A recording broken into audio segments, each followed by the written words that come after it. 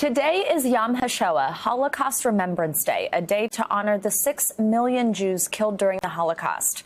Like many other things this past year, Holocaust remembrance events and oral history recordings were switched to a virtual setting.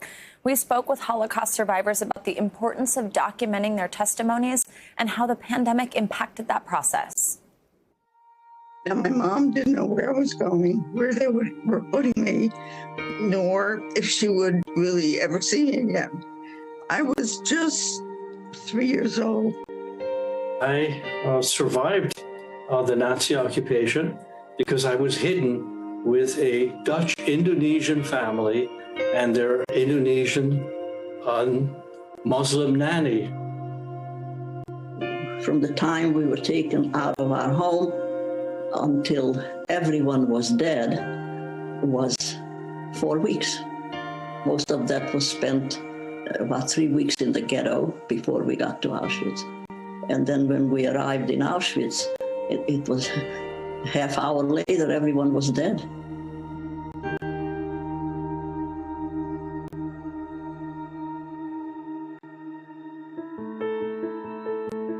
We are the voice of conscience. We are the people who can tell the world what the terrible consequences are of unbridled hate and bigotry.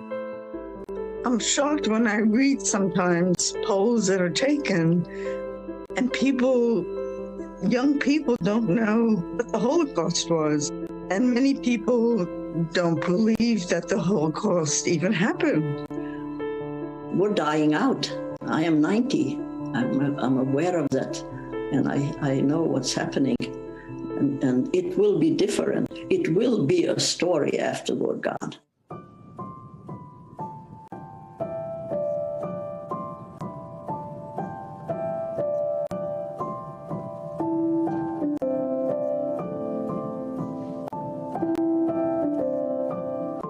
My job is to allow them to tell their story as they know it, as they can articulate it, to explore every part of that story that they are willing to share.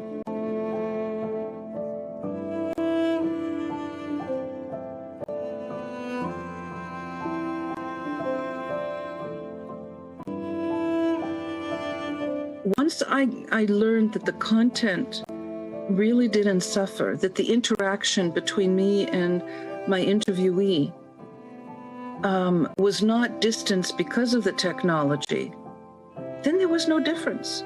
If the interviewee gets tired after 2 hours and says, or has an appointment or something like that, we can postpone for another day. No problem.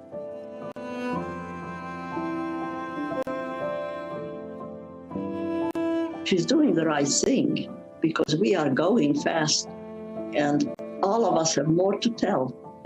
It's an exhausting experience because it affects me on all levels, and that's not gone.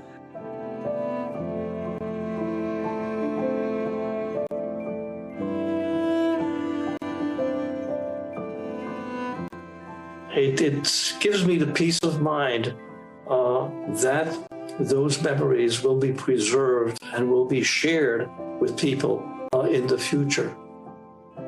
If we didn't have Zoom, this thing has lasted a year. There would have been silence for a whole year about the Holocaust. And that's unimaginable because a year of silence is very, very difficult to revive.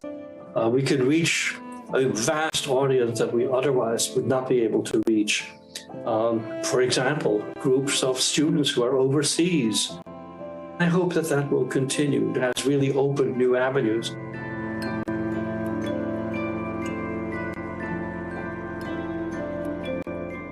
You know, there's something about people saying to you, I'm so glad I can hear you. I can see you, and even touch and hugging. I think that means a lot.